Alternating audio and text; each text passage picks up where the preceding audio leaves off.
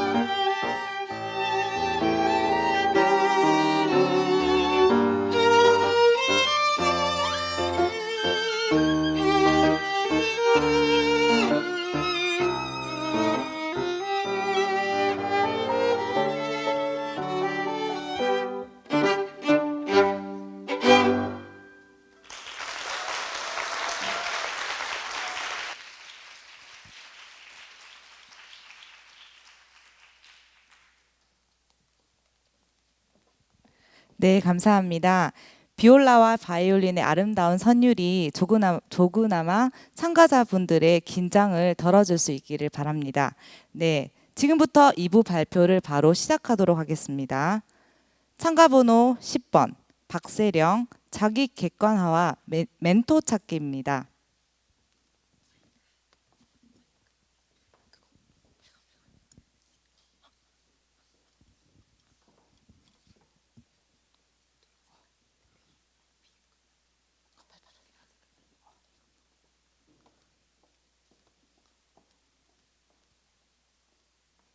여러분 안녕하세요. 글로벌 리더 강사 박세령입니다. 네. 자아 실현과 개성이 중요시된 요즘에는 자신의 이미지를 또 하나의 방면에서 드러내는 활동들이 아주 유행하고 있는데요. 예를 들어 자신에게 가장 어울리는 색을 알려주는 퍼스널 컬러, 또 16가지 유형으로 구분되어 나의 성격을 4가지 알파벳으로 알려주는 MBTI 등등이 있습니다. 이렇게 나를 뼛속까지 알아보려는 가운데 여러분들은 혹시 자기 객관화라는 말을 들어보신 적이 있으신가요? 네, 자기 객관화는 아직 사전에는 등록되어 있는 단어는 아니지만 말 그대로 자기 자신을 아주 객관적으로 평가한다는 말입니다. 어떤 기준에서든지요. 저는 그래서 오늘 성공을 하는 리더들의 자질을 이 자기 객관화와 멘토 찾기에서 나눠보려고 합니다. 자기 객관화 또는 내가 얼마만큼 할 수 있는지에 대한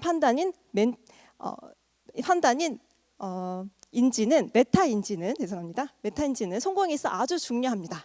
사람은 자신이 무엇인가 부족하다고 느끼는 순간 방법을 찾기 시작하기 때문이죠. 얼마 전 한국의 베테랑 영어 통역사 임종영 씨의 인터뷰 영상을 보았습니다. 이렇게 자신의 분야에 정상에 있는 사람도 본인의 전공에 부족한 시절이 있기 마련이었을 텐데요. 학창 시절 임종영 씨는 외국어 뉴스를 청취를 하면서 알아듣는데 조금 어려움을 느끼자 곰곰이 생각해 보았다고 합니다.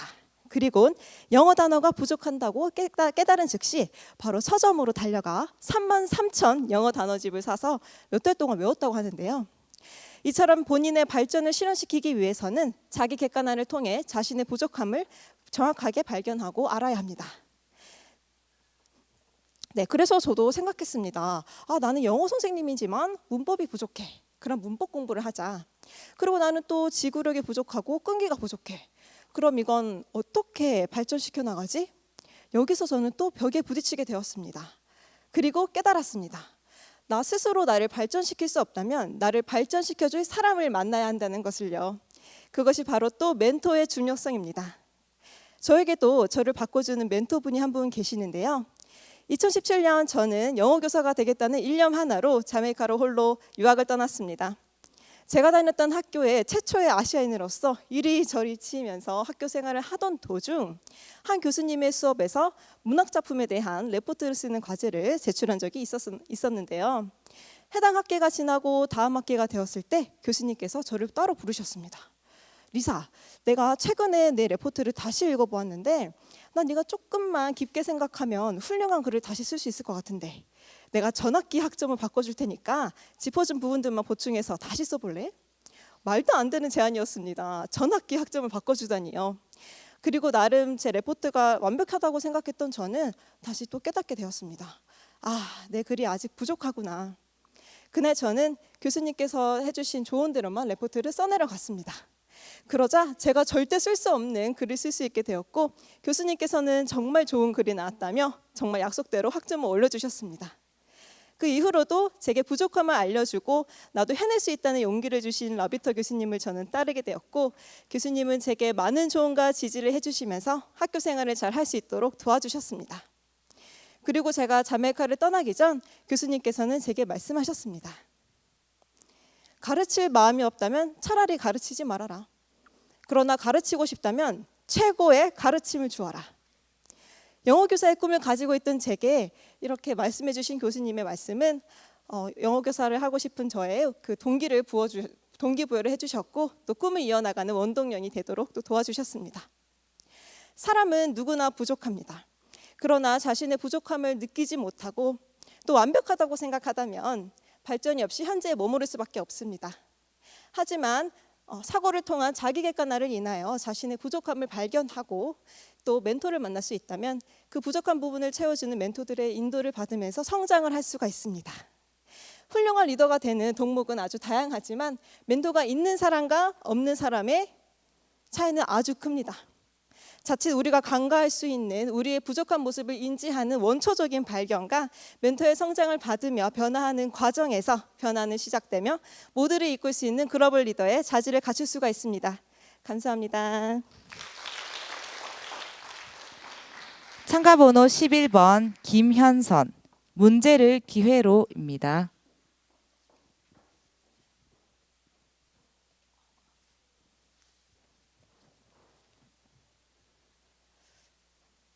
네, 여러분 안녕하세요. 저는 오늘 여러분에게 문제를 기회로라는 주제로 이야기를 해보고자 합니다.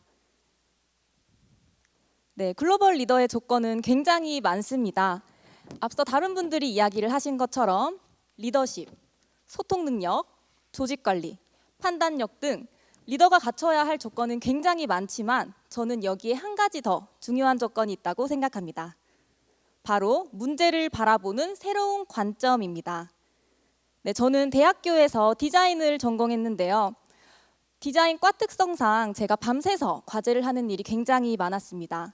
한 작품을 만드는데 꽤 많은 시간과 돈이 들었기 때문에 저를 비롯한 다른 과 학생들도 함께 밤을 새면서 같이 과제를 하곤 했는데요. 하루는 제가 과제를 하던 중에 배가 고파서 친구와 밥을 먹고 돌아왔는데 제 작품과 친구의 작품이 커터칼로 찢겨져 있었습니다. 또 다른 한편의 친구의 과제에는 물감으로 범벅이 되어 있었고요. 정말 너무 황당했습니다. 아니, 마감이 도대체 얼마밖에 안 남았는데 도대체 누가 이런 일을 한 거지? 화가 났습니다. 만약 여러분이 이런 상황을 겪으신다면 어떻게 하셨을 것 같나요? 저는 일단 교수님한테 빨리 말씀드리고 CCTV를 빨리 확인해야겠다. 이런 생각만 들고 제 머릿속에는 어떻게 해야 되지라는 생각으로 가득 찼습니다. 그때 제가 예전에 책에서 읽었던 한 가지 일화가 떠올랐습니다. 바로 렌터카 업계에서 만년 2위를 했던 에어비스 회사의 이야기인데요. 이 에어비스 회사는 1등인 허즈 회사를 따라잡기 위해 열심히 노력했습니다. 하지만 성적은 매년 2등이었죠. 그렇게 시간이 지날수록 심각한 적자에 시달리던 에어비스 회사는 정말 놀라운 발견을 한 가지 하게 됩니다. 바로 변화의 필요성에 대해서 생각을 하게 된 것입니다. 이 에어비스 회사는 그날 이후 모든 광고의 문구를 전면 교체하기 시작합니다. 우리는 2위입니다. 하지만 고객은 어째서 우리를 이용할까요? 바로 우리가 더 열심히 일하기 때문입니다. 그리고 우리 카운터의 줄은 짧습니다. 이전까지는 1등인 허즈 회사를 따라잡으려고만 노력을 했었는데 문제를 보는 관점을 새롭게 바꾸어서 자신이 2등임을 인정하고 고객에게 신선하게 다가간 것입니다. 그리고 정말 신기하게도 이후 이 회사는 처음으로 매출을 400만 달러 이상 기록했다고 합니다. 저도 이 예화가 떠오르니 제 생각을 바꾸게 되었습니다. 나도 이 문제를 기회로 한번 바꿔보자라고 생각을 했습니다.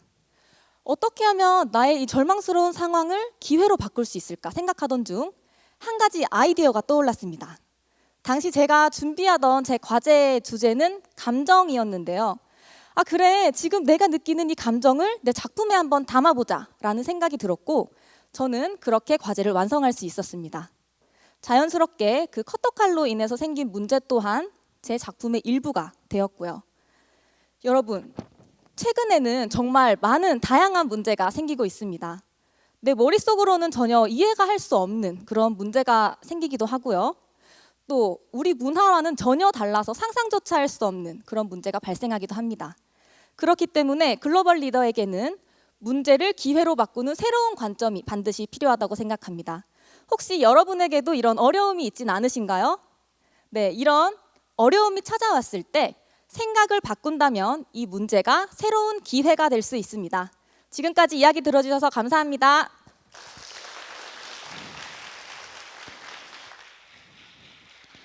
참가번호 12번 김미현. 좌절하지 않으려면 마음을 일으켜 세우라입니다.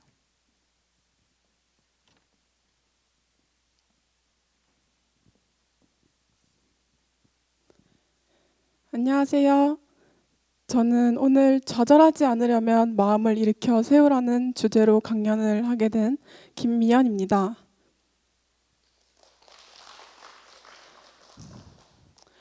여러분, 마음을 일으켜 세운다는 것이 무엇을 의미하는지 아시나요? 저도 잘 몰랐습니다. 하지만 투모로우에서 한 글을 봤는데요. 2016년 브라질 리우올림픽 육상 경기에 뉴질랜드 니키 햄블린 선수와 미국 애기 디아고스티노 두 선수가 참가했습니다. 5000m 경기인데 3000m 가량 달렸을 때 햄블린 선수가 발이 꼬이면서 넘어졌습니다.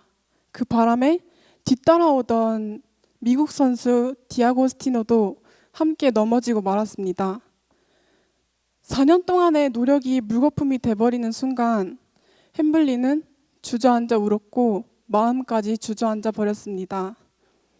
그때 디아고스티노 선수가 햄블린을 일으키며 말했습니다. 일어나, 끝까지 완주해야지 하며 붙들어 일으켰습니다. 그때 햄블린 선수는 마음의 용기를 얻고 다시 뛰기 시작했습니다.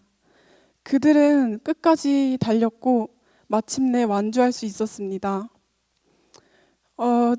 제가 고등학교 진학을 앞두고 슬럼프가 찾아왔었는데요. 여러분이 보기에는 정말 별거 아닐지 몰라도 제게는 정말 큰 일이었습니다.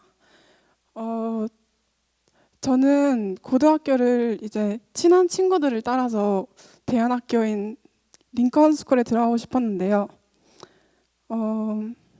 친한 친구들과 같이 생활하면서 지내고 싶었고 집을 벗어나고 싶다는 그런 욕망이 굉장히 컸습니다. 하지만 여러 상황으로 인해서 가지 못하게 되었고 어쩔 수 없이 일반 학교에 들어가게 되었습니다.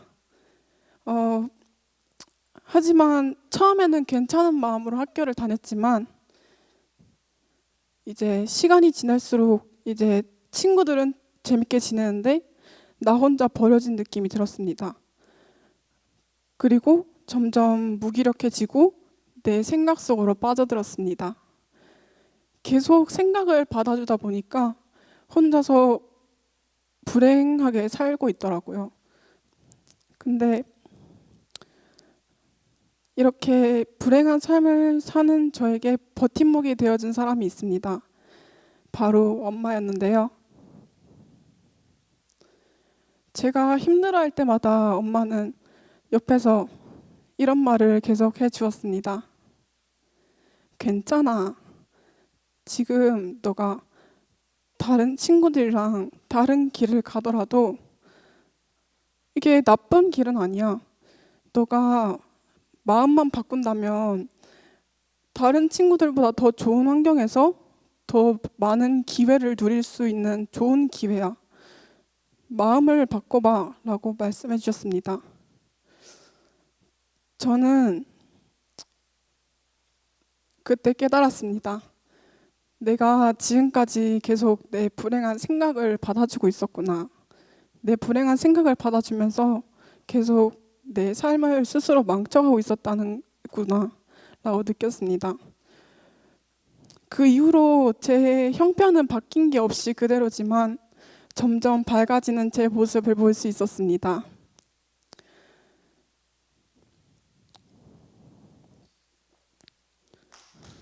여러분, 행복은 누군가가 만들어주는 것이 아니라 스스로 마음에 어떤 마음을 가지고 있느냐에 따라 달라지는 것입니다. 사람은 살면서 때로는 햄블린처럼 주저앉기도 하고 디아고스티노처럼 누군가를 붙들어 일으키기도 합니다. 저는 이번 이 일을 통해서 정말 누군가에게 손을 내밀어서 일으켜 세워준다는 역할이 정말 중요하고 감사하다고 느꼈습니다. 그리고 저도 누군가에게 엄마 같은 그런 디아고스티노 같은 그런 역할이 되어주고 싶다는 소망이 생겼습니다. 감사합니다. 참가번호 13번 이화목 투게더 하나된 마음입니다.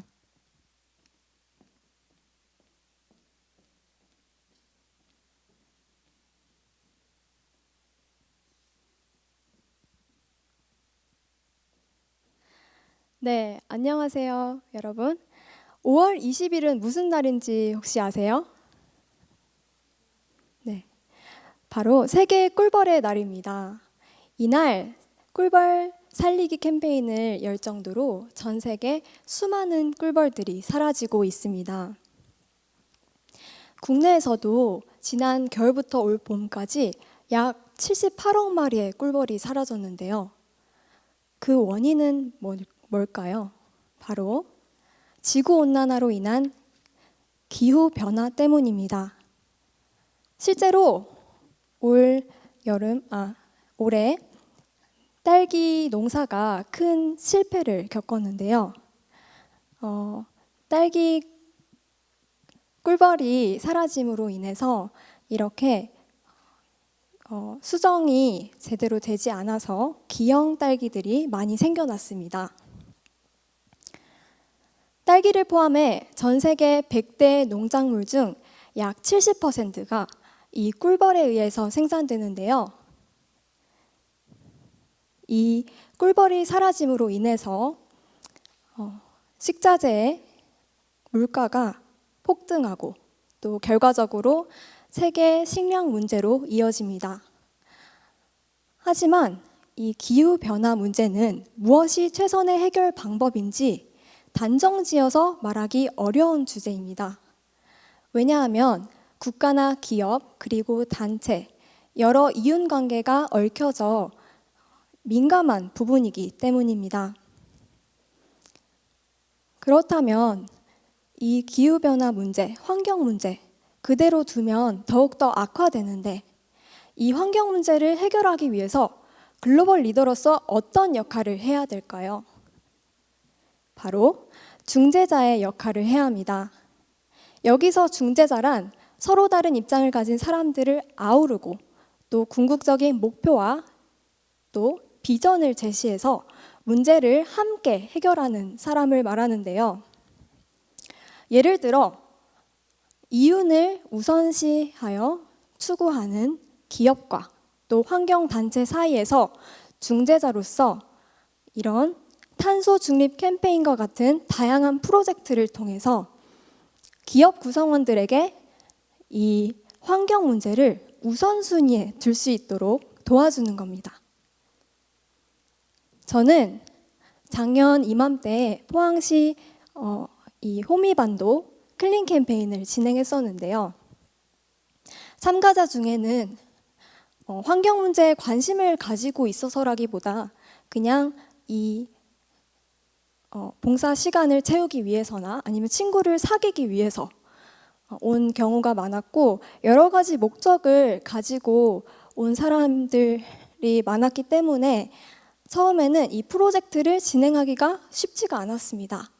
하지만 이렇게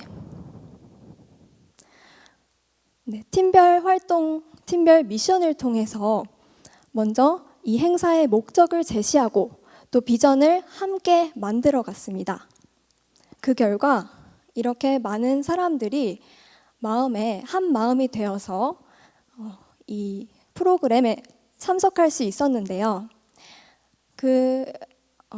한 참가자가 자신이 하는 행동 하나하나가 이 환경 문제에 큰 영향을 미칠 수 있다는 사실을 알게 되었다며 앞으로 이 봉사활동을 환경 문제와 관련해서 함께 꾸준히 하고 싶다고 말했습니다. 잠비아 코퍼벨트 대학 이명구 박사는 리더십이란 함께 같은 곳을 가는 것이라고 말했습니다. 글로벌 리더의 자질인 중재자로서 사람들의 마음을 화합하여 이끈다면 모든 사람들이 한 마음이 되어서 더 나은 세상을 만들어갈 것입니다. 감사합니다.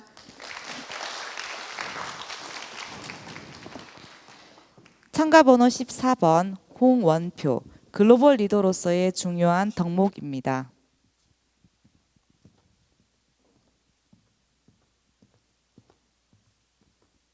네, 안녕하십니까. 이번 글로벌 리더 경연대회 발표를 하게 된 홍원표입니다.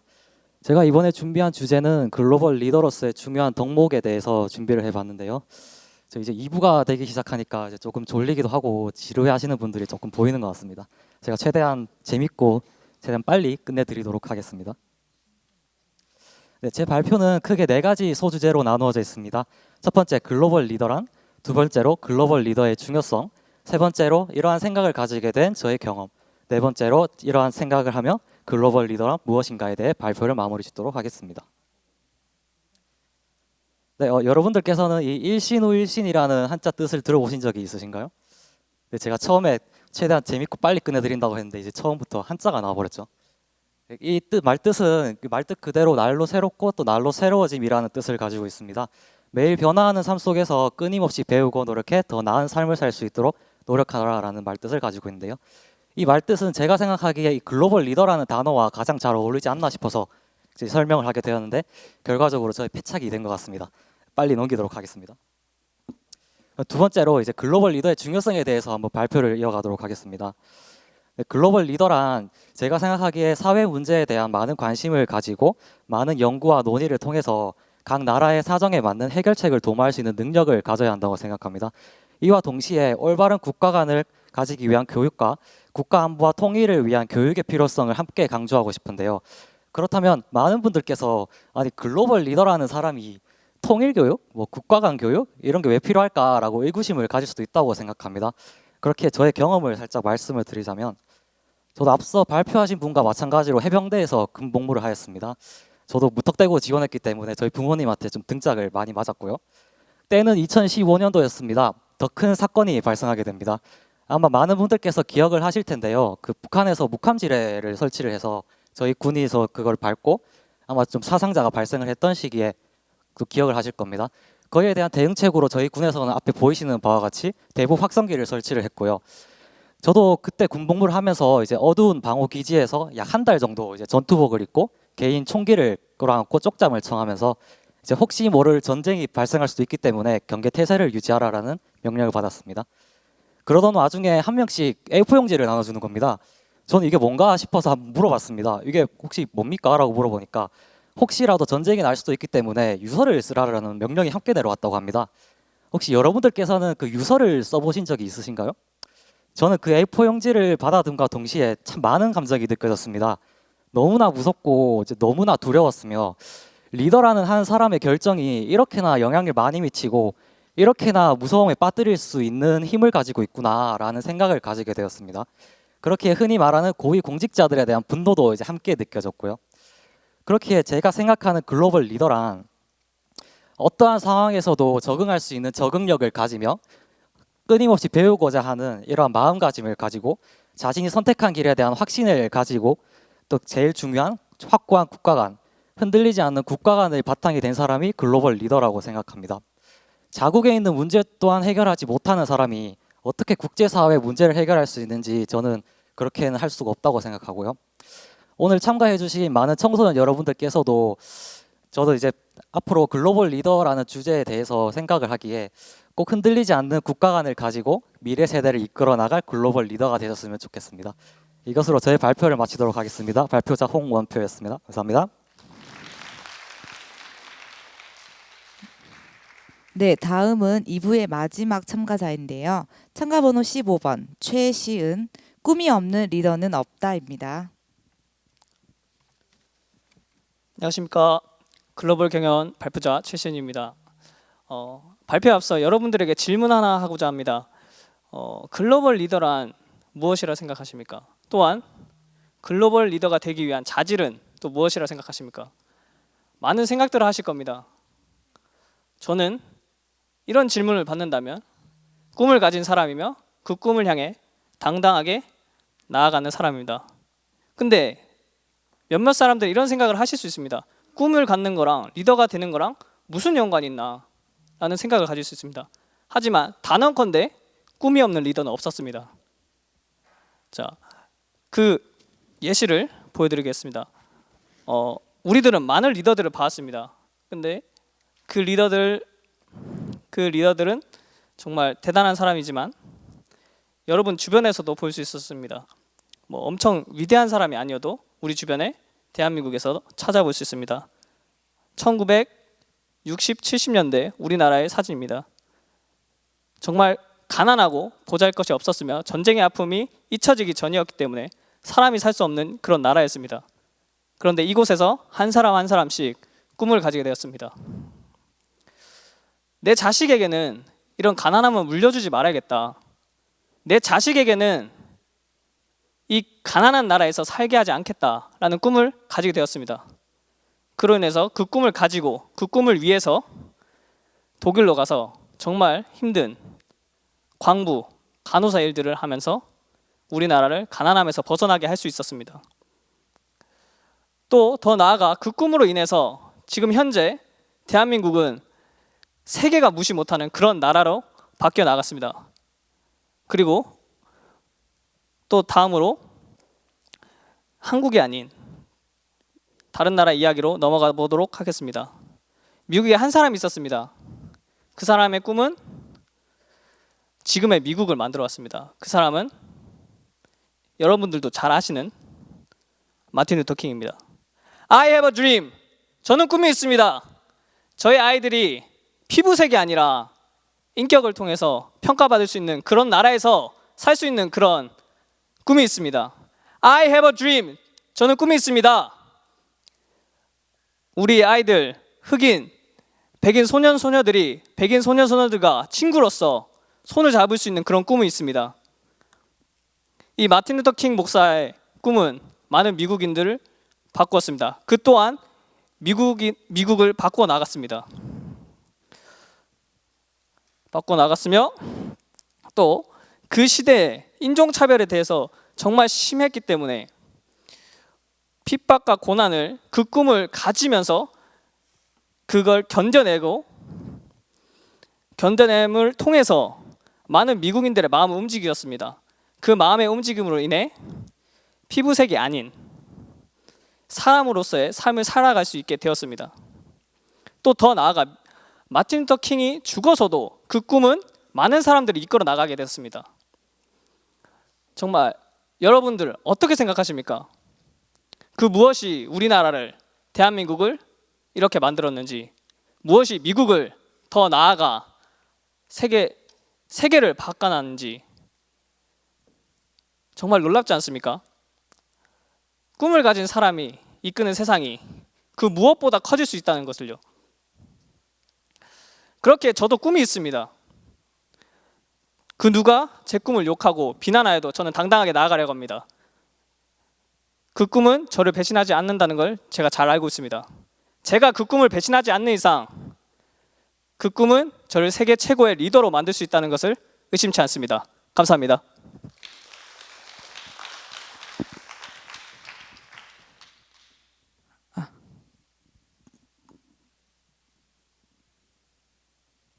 네, 감사합니다. 참가번호 16번 오유진 참가자는 오늘 사정이 있어서 기권을 하시게 되었습니다. 네, 그래서 오늘 2부 발표는 여기까지고요. 지금 이 시간은 마인드 강연 시간인데요. 현재 뉴스 경남, 울산 메일, 진주 뉴스 칼럼 리스트이시고 현 글로벌 마인드 교육원 원장님이며 국제청소년연합 울산 지부 고문으로 계신 오세재님의 마인드 교육 시간이 있겠습니다. 여러분 큰 박수로 맞이해 주세요.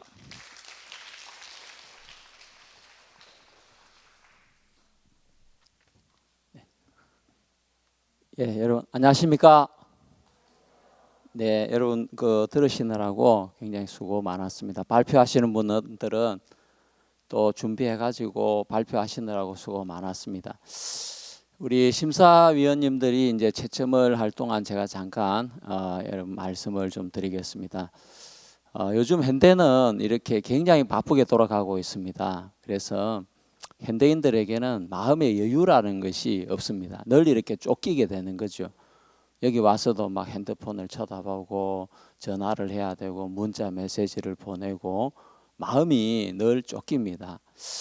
여러분 마음이 쫓기다 보면 어떤 일이 생기냐 하면 마음에 여유가 없어지게 되고 고마움이나 감사나 행복이나 이런 것들이 우리의 마음에 오래 머물러 있지를 못합니다. 그렇게 하다 보니까 마음이 점점 공허해지게 되는 것입니다. 저는 제가 나이가 이제 한 60 다 돼 가는데 제가 태어났을 때만 해도 정말 대한민국은 굉장히 가난하고 먹고 살기가 어려운 나라였습니다. 우리 신세대 젊은 우리 학생들은 잘 모르시겠지만 그때 화장품은 딱 하나밖에 없었습니다. 동동구람으로 하는 저 화장품이 하나 있고 저 옷도 보면 있잖아요. 옷도 다양하지 않습니다. 아주 간단합니다. 체육복 간단하고 볼펜은 모나미 볼펜이 볼펜의 전부였습니다. 또 우유도 간단하고 신발은 검정 고무신. 이렇게 아주 단순하고 간단한 사이에 살고 있는데 요즘 우리가 이제 마트에 가면 똑같은 제품인데도 너무 이렇게 가짓수가 많습니다.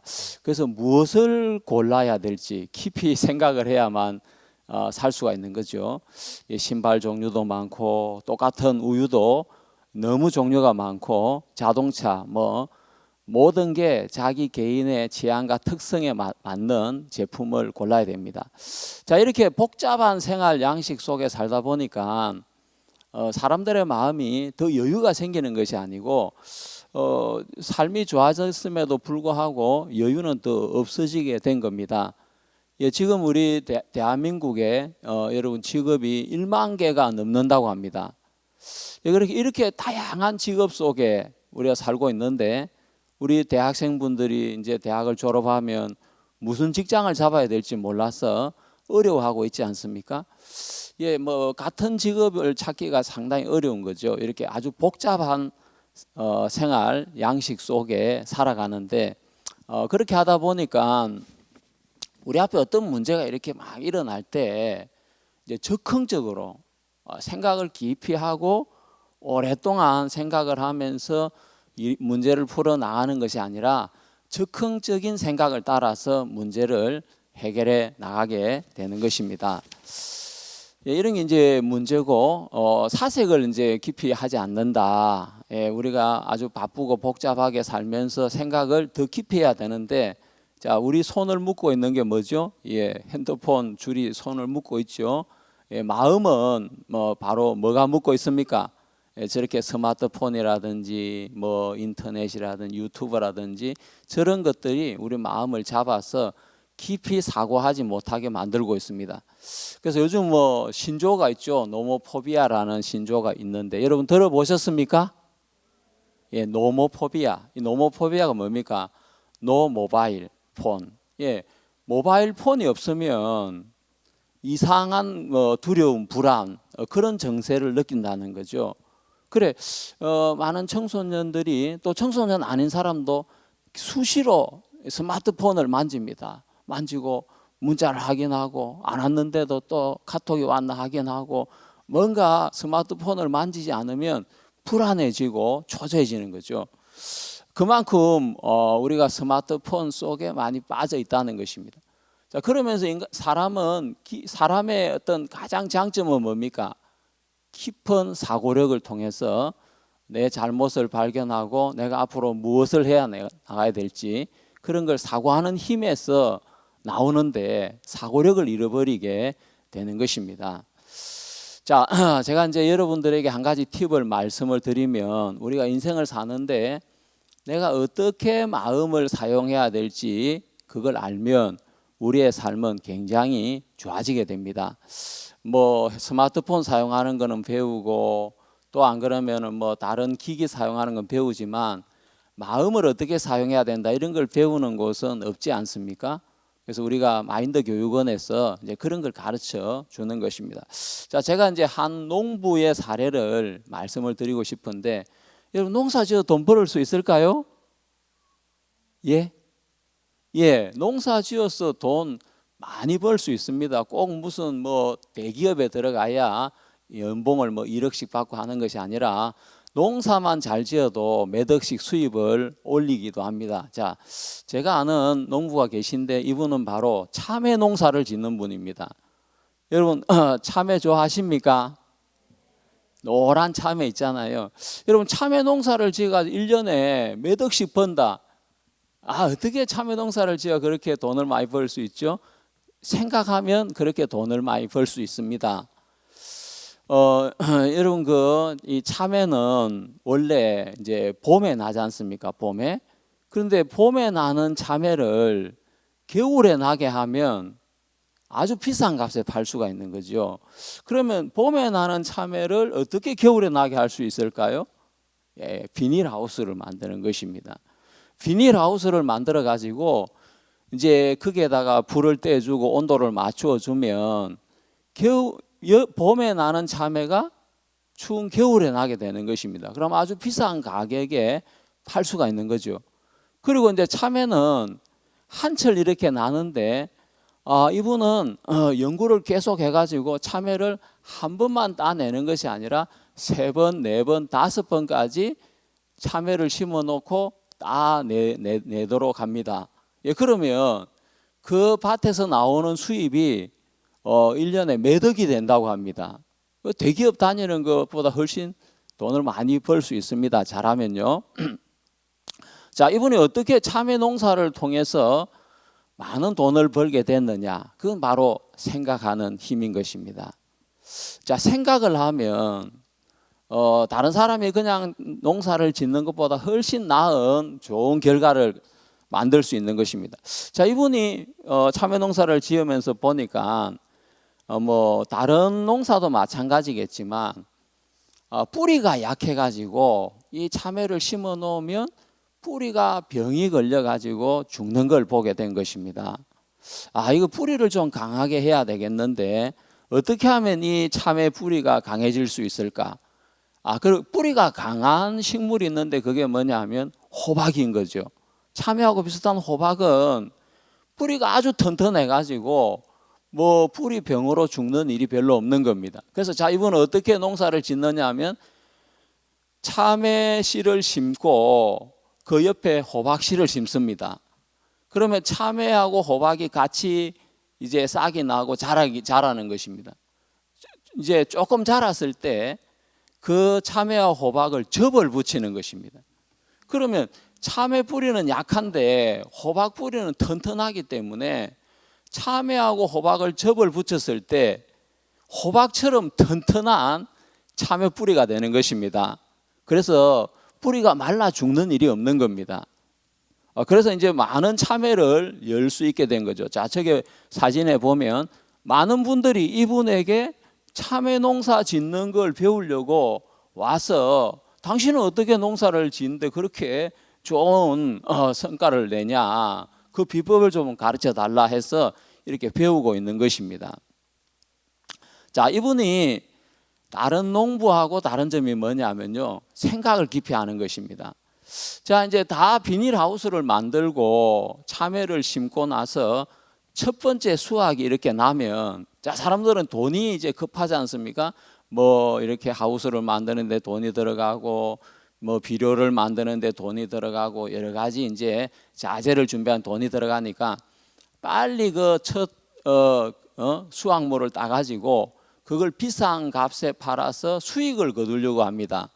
그런데 이분은 참외가 열리면 그 참외를 다 따버린다고 합니다. 이게 생각에서 나오는 것이죠. 왜 참외를 따냐면 이 처음에 나오는 그 참외에 그때 참외는 나오지만 뿌리는 아직 튼튼하고 뭐 깊게 뿌리를 박지 못한 상태이기 때문에 그때 참외를 따내면 이 뿌리가 약하기 때문에 한마디로 말하면 참외가 몸살을 하는 것입니다. 몸살을. 어린 애가 아이를 낳은 거하고 같은 뭐 표현이 맞는지 모르겠지만, 그러니까 참외가 제대로 자라지 않았는데 열리는 그 열매를 돈을 위해서 따내버리면 그 다음에 좋은 참외가 열리지 않는 것입니다. 그래서 이분은 처음에 첫해 이제 심어놓고 처음 열리는 그 참외를 어렸을 때 다 따버립니다. 사람들이 이해를 못하는 거죠. 그거 키워가지고 팔면 돈 되는데 왜 그걸 따버리냐? 아직 뿌리가 튼튼하지 못해서 좀 더 참외를 튼튼하게 만들어 놓고 이제 얼마 지나고 나면 또 그게 참외가 열립니다. 그때부터 따내가지고 5번, 6번씩 참외를 수확을 해가 파는데 1년에 몇 억씩 수입을 벌어 올린다고 합니다. 자, 그러니까 사람들이 생각을 좀 더 깊이 하면 다른 사람이 생각하지 못한 곳에까지 생각이 미치게 되는 것입니다. 그러니까 사람들이 한 해는 아주 겨울이 추워가지고 이 참외 싹이 나오다가 다 말라 죽었다고 합니다. 그런데 이분의 참외밭에는 참외가 말라 죽지 아니하고 아주 건강하게 또 아주 보기 좋게 많이 열리게 된 겁니다. 그래서 사람들이 와서 물은 거예요. 아니, 왜 당신 밭에는 냉해 피해가 없었냐? 올해 겨울이 이렇게 추웠는데 우리 밭에 있는 참외는 다 얼어 죽었는데 왜 당신 밭에 있는 참외는 이렇게 다 튼튼하게 잘 자라고 있냐 하니까 이분이 이야기를 했습니다. 올해 겨울이 춥다고 일기예보가 나와가지고 이 참외가 추위를 견딜 수 있도록 비료를 미리 준비를 해가지고 추위를 견디는 비료를 주어가지고 이 참외들이 추위를 잘 견뎌냈습니다. 그러니까 다른 참외 농사 짓는 분들이 깜짝 놀란 겁니다. 왜? 아니 추위를 견디는 비료도 있습니까? 아니 추위를 견디는, 내가 지금까지 농사를 지었지만 추위를 견디는 비료가 있다는 이야기는 처음 들어봤는데 추위를 견디는 비료는 어떻게 만듭니까? 아니 저 중국이나 러시아나 추운 나라에 사는 사람들은 추위를 견디기 위해서 막 돼지고기나 이런 막 피게도 많이 먹고 그렇게 또 막 아주 도수가 센 술도 마시고 하면서 추위를 이겨내지 않습니까? 그러듯이 이 참외도 추위를 이겨내야 열매를 맺을 수 있을 거 아닙니까? 그래서 이분이 그걸 착안을 해가지고 이 추위를 이겨낼 수 있는 비료를 만들었다는 것입니다. 여러분 정말 사람들이 똑같은 환경에 처해 있지만 생각을 하는 사람과 생각을 하지 않는 사람의 삶은 굉장히 차이가 나는 것입니다. 그런데 문제는 뭐냐면 현대에 있는 젊은 많은 사람들은 생각을 깊이 하지 않는다는 거죠. 왜? 이 스마트폰이나 뭐 인터넷 기기나 이런 것 때문에 책을 읽는다든지 생각을 깊이 하지 못하기 때문에 그래서 좋은 결과를 얻지 못합니다. 자, 우리가 저 참외 농사를 짓는 저 농부께서 다른 사람들은 열매를 보고 있을 때 빨리 열매를 키워가 돈을 만들어야 되겠다 이 생각을 할 때 이 농부는 뿌리를 생각을 했습니다. 이 우리 참외를 한 번만 따내면 모르지만 5번, 6번 따내려면 이 뿌리가 깊이 튼튼하게 내릴 때까지는 참외를 따내면 안 돼. 방향이 틀렸던 거죠. 무엇을 바라보느냐, 무엇을 생각하느냐, 그 생각하는 방향이 틀렸기 때문에 결과도 완전히 달랐습니다. 자, 우리가 살아가면서 많은 사람들은 마음의 상처를 받습니다. 마음이 상하고 상처가 생기고 또 그 상처를 방치해 놓다 보면 마음에 병이 되고 또 병이 오래 가다 보면 그것이 마음의 고통이 되어서 여러 가지 극단적인 선택을 하는 그런 일들이 종종 일어나는 것을 봅니다. 자, 우리 젊은 분들에게 필요한 게 뭐겠습니까? 우리가 살아가면서 여러 가지 크고 작은 어려움을 만날 때 그 마음을 그냥 방치하지 말고 자, 거기에서 생각의 방향을 좀 바꾸어 가지고 좀 더 깊이 다르게 생각을 하다 보면 올해 겨울이 추워. 그러면 이 추운 겨울에 참외가 얼어 죽을 수 있으니까 얼어 죽지 않는 비료를 만들면 이 참외 농사가 잘 되겠구나. 그분은 다른 밭에 참외들이 다 얼어 죽었을 때 그분 밭에 있는 참외는 하나도 얼어 죽지 않아 가지고 더 비싼 값을 팔고 더 많은 수익을 올릴 수 있었던 것이죠. 생각을 했기 때문에 그런 것입니다. 자, 오늘 이제 생각을 하지 않기 때문에 어려운 일이 오면 여러분 어려운 일이 오면 어떻게 합니까? 생각하기 싫어. 내가 원하는 대로 일이 잘 안 풀린단 말이에요. 그럼 어떻게 합니까? 내가 왜 일이 안 풀리지? 깊이 한 번 더 생각해 보자. 문제가 뭘까? 그러십니까?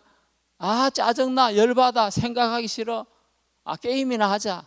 이러면 문제가 해결되지 않는 것이죠. 네.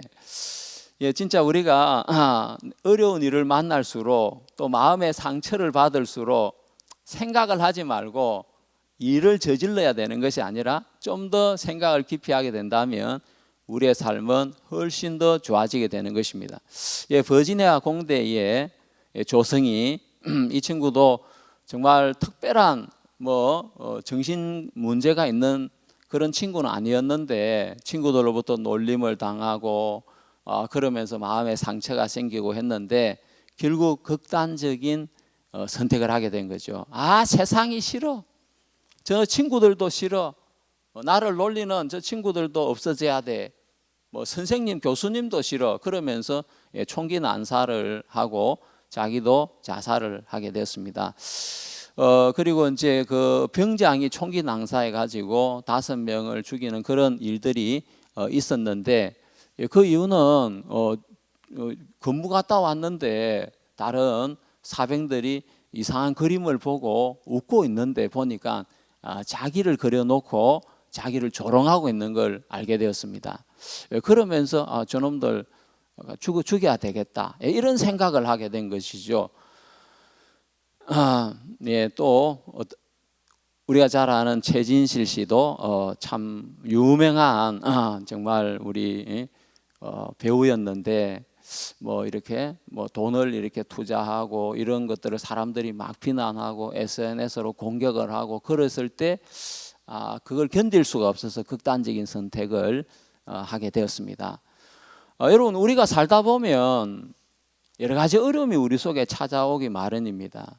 한계가 찾아오고 내가 원하지 않는 그런 일들을 만나게 되고 그러는데, 그때 우리가 좀 더 깊이 사고할 수 있다면, 좀 더 다른 방향에서 사고할 수 있다면 우리에게 찾아온 불행이나 어려움이 복으로 또 발전의 기회로 바뀔 수가 있다는 것입니다. 자, 제가 한 가지 사례만 말씀을 드리고 마치겠습니다. 자, 우리가 사고한다는 것은 굉장히 우리의 삶을 발전시킬 수 있는 것입니다.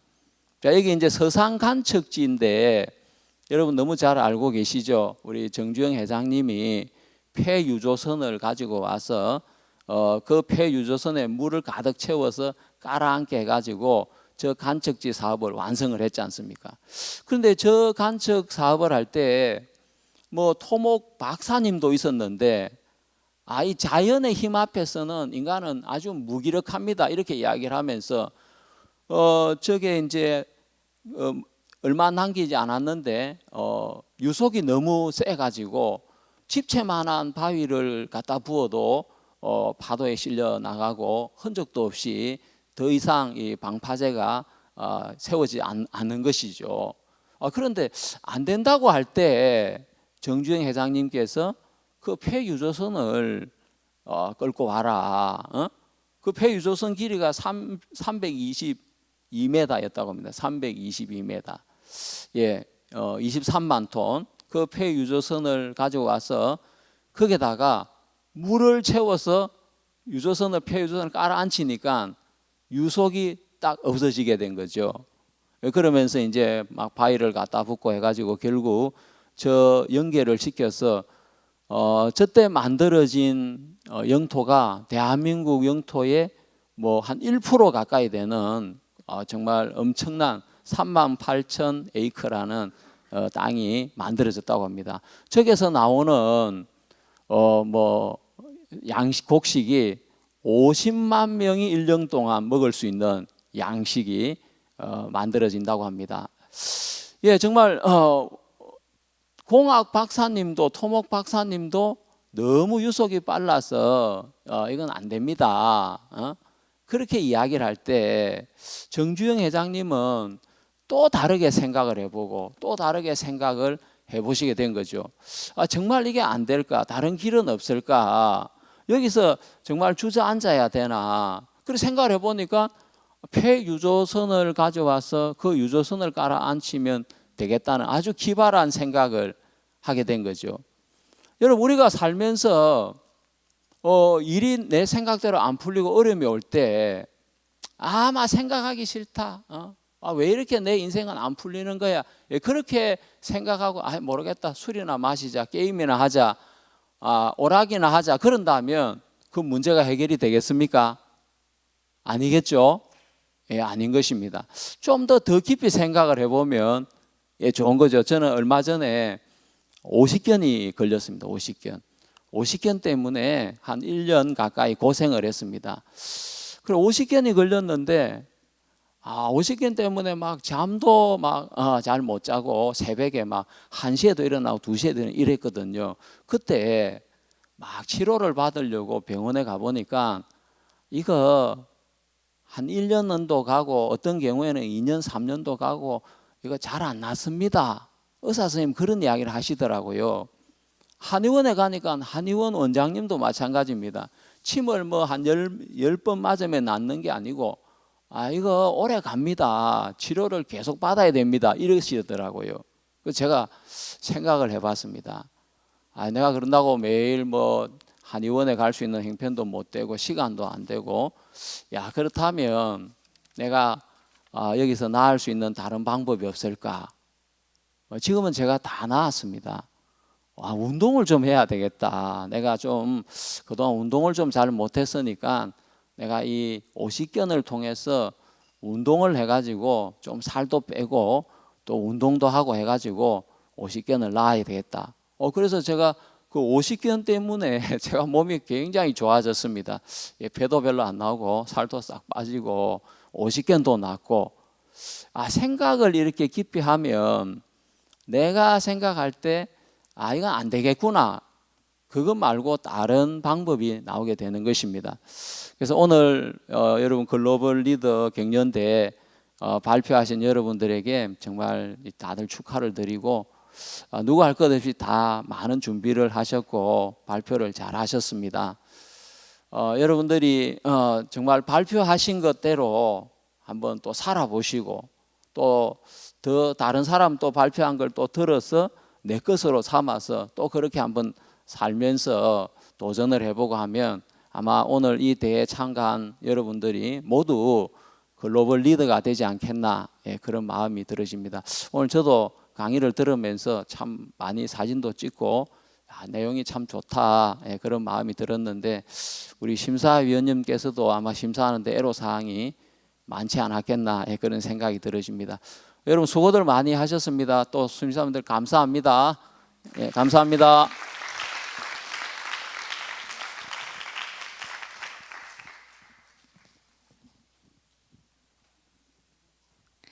네, 감사합니다. 네, 그럼 이 시간에는 심사위원님들의 심사평을 듣는 시간을 가질 텐데요. 심사위원님들은 모두 일어서셔서 무대 대기실로 이동해 주시기 바랍니다. 네, 저도 오늘 강연해 주신 고모님의 이야기를 들으면서 사고를 하면 할수록 더 좋은 결과를 얻고 또 삶이 달라지기 시작한다, 이 말이 너무 마음에 남는데요.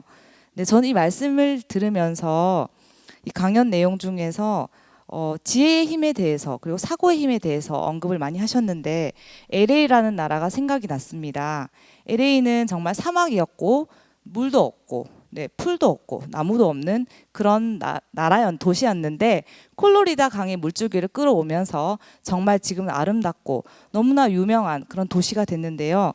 그것처럼 우리 마음에 지혜가 없고 어떤 방법이 없을 때 콜로리다 강의 물줄기를 끌어올렸던 것처럼 우리도 멘토를 만나고 사고의 힘을 통해서 위기를 기회로 극복할 수 있는 힘도 생기고, 그리고 아까 강연자분 중에 한 명이 말씀하셨던 자기 객관화도 가능하겠구나 하는 마음이 들었습니다. 네, 그럼 먼저 저희가 심사평을 들어보겠는데요. 먼저 경상일보 디지털 미디어 국장님이신 임규동님께서 먼저 심사평을 해주시도록 하겠습니다. 여러분 박수로 맞이해 주세요.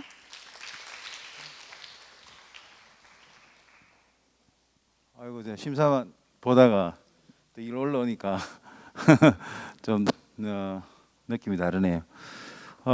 지금 출연하신 그 분 굉장히 고생 많이 하셨고요.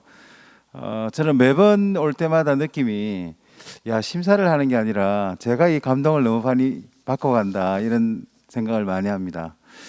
여러 가지 아이디어라든지 원고 내용이라든지 또 아니면 발표력이라든지 이런 부분들 다 프로급이고요. 좀 심사하기가 상당히 우리 오세재 원장님 말씀대로 어려웠다는 말씀드리고요.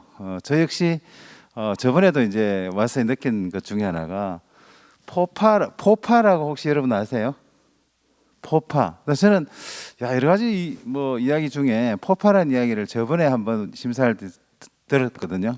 그게 뭔가 하면 포지티브 파이팅이라고, 그러니까 긍정 마인드 파이팅, 이런 내용인데요. 개인적으로 우리 경상일보에서 후원하고 있지만 회사에서 굉장히 능력이 없는 저한테 굉장히 큰 일을 맡겼습니다. 그래서 원래 이런 강의를 듣기 전에 같으면 저는 못합니다, 저는 능력이 없습니다, 그렇게 사양할 텐데 포파가 이게 머리에 딱 떠오르더라고요. 그래서 열심히 한번 해보겠습니다, 이렇게 해서 굉장히 회사에서 큰 일을 굉장히 성공적으로 수행해 나가고 있습니다. 이것도 다 여기서 심사하러 와서 그런 포지티브 마인드가 생겼다는 것 말씀드리고 싶고요. 고생 많이 하셨습니다. 제 점수는 다 심사표에 있기 때문에 여러분들 좀 이따가 심사 결과를 보시면 될 것 같으네요. 네, 대단히 감사합니다. 네. 네, 이어서 경일대학교 교수님이신 소방공학 박사이신 김학종님께서 해주시겠습니다. 반갑습니다. 반갑습니다. 제가 오늘 전반기 심사를 하고 난 뒤에 집에 갈라 했습니다. 왜냐하면은 심사를 해보니까 너무나 다들 잘하세요. 어떤 분의 점수를 많이 줘야 될 때 다 같이 줄 수도 없고, 그래서 상당히 고심을 했습니다. 저뿐만 아니고 세 분의 심사위원들도 저하고 똑같았을 것입니다.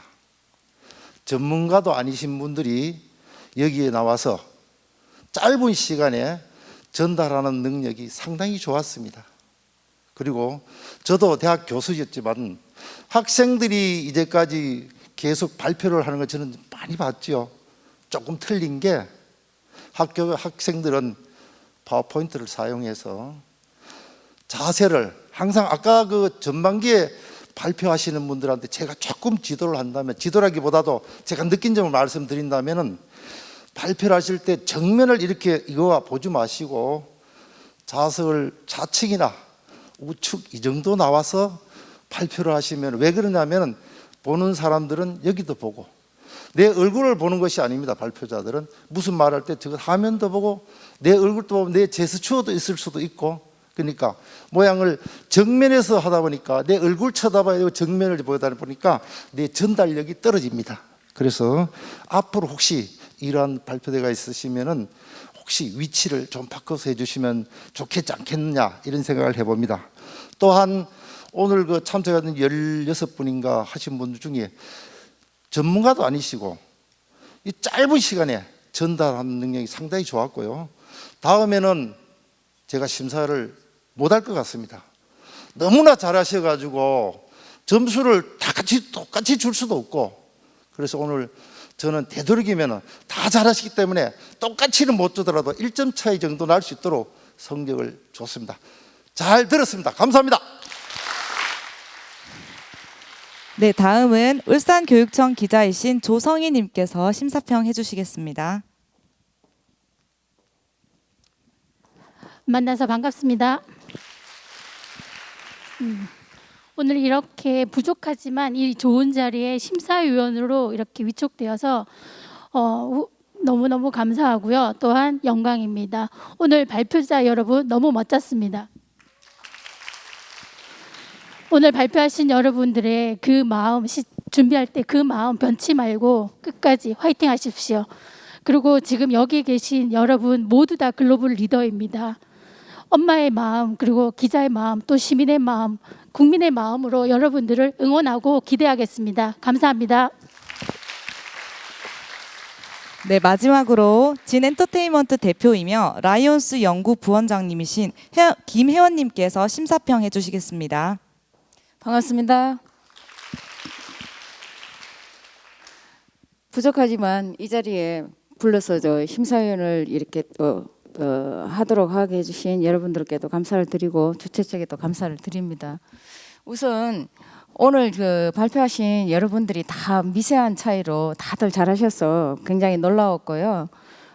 심사를 뭐 기준이라면은 아까 교수님 말씀하신 대로 또 여러 시선을 잘 맞추고 또 내용도 또 정확해야 되겠지만 내용 자체가 저희들한테 또 공감대가 있는 것이 굉장히 중요하다고 저는 생각을 했습니다. 그리고 여러분들이 여기 이 자리에서도 그 많은 분들하고 또 시선을 맞추고 또 발표하실 때 그 자세라든지 제스처라든지 이런 것이 아마 중요하지 않았나 싶습니다. 아마 오늘 그 심사 기준에서 조금 미달된 부분들이 있었다면은 굉장히 미세한 점수로 되지 않았을까 싶습니다. 앞으로도 또 더 많은 발전이 있으실 거라 생각합니다. 이 자리에 오늘 경험이 여러분들한테 큰 힘이 될 수 있을 거라고 생각합니다. 감사합니다.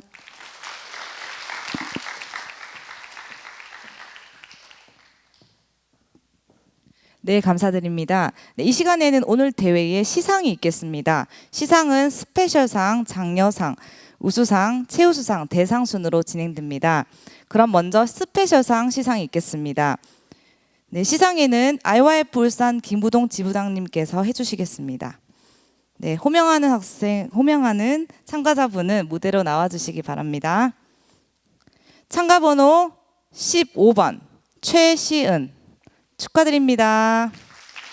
참가번호 10번 박세령,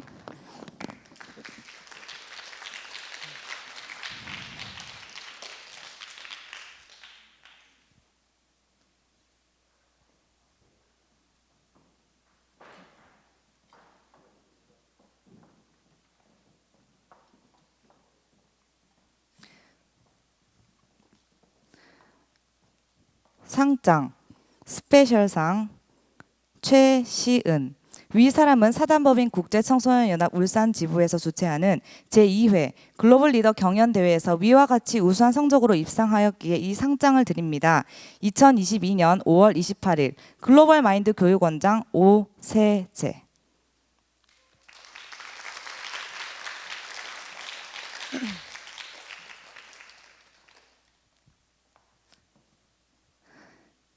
스페셜상 박세령. 이하 내용 동일합니다.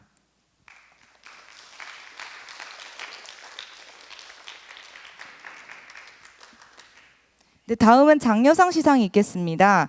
시상에는 먼저 소방공학 박사님이신 김학중님이 해주시겠고요. 그리고 두 번째로 울산교육청 기자님이신 조성희님이 해주시겠습니다. 네, 장려상 호명하시는 분은 무대로 나와주시기 바랍니다. 참가번호 5번 박민정입니다. 참가번호 8번 권지영입니다.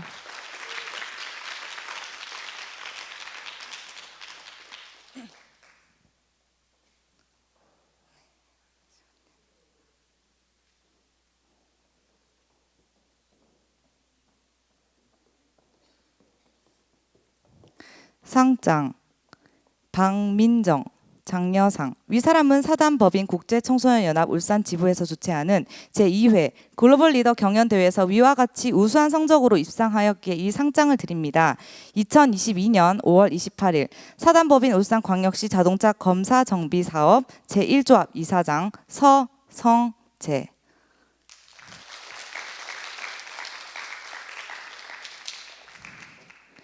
장려상 권지영. 이하 내용 같습니다.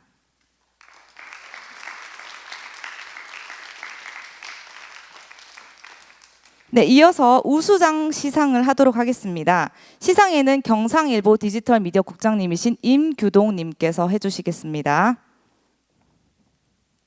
네, 우수상 참가번호 7번 김인철입니다. 무대로 나와주세요.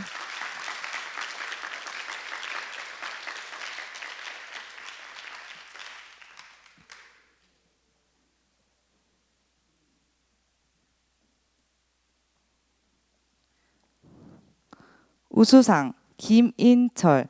위 사람은 사단법인 국제청소년연합 지부에서 주최하는 제2회 글로벌 리더 경연대회에서 위와 같이 우수한 성적으로 입상하였기에 이 상장을 드립니다.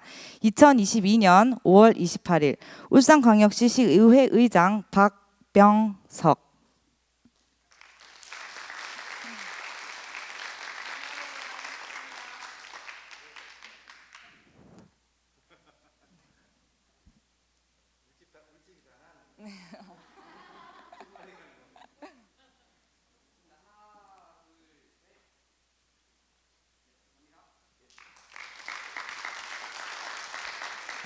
네, 다음은 최우수상 시상을 하도록 하겠습니다. 시상에는 진 엔터테인먼트 대표이며 라이온스 연구부장님이신 김혜원님께서 해주시도록 하겠습니다. 네, 최우수상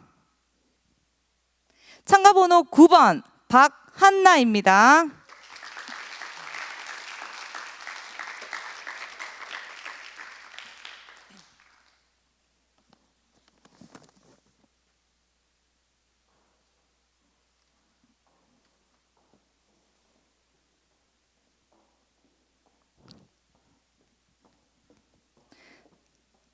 상장, 최우수상 박한나.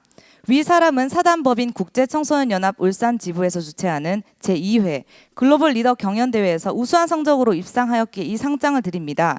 2022년 5월 28일 국회의원 박성민.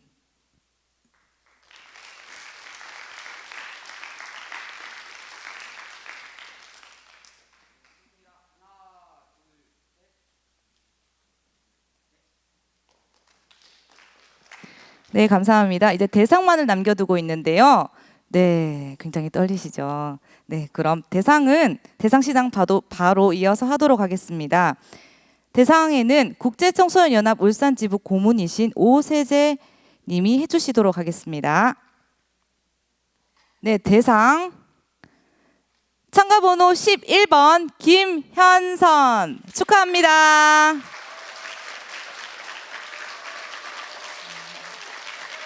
축하합니다.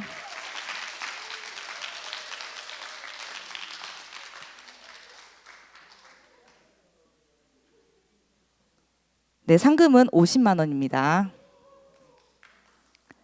대상 김현선.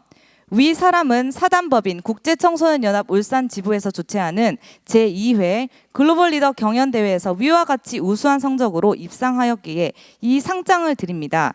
2022년 5월 28일 사단법인 국제청소년연합 회장 박문택.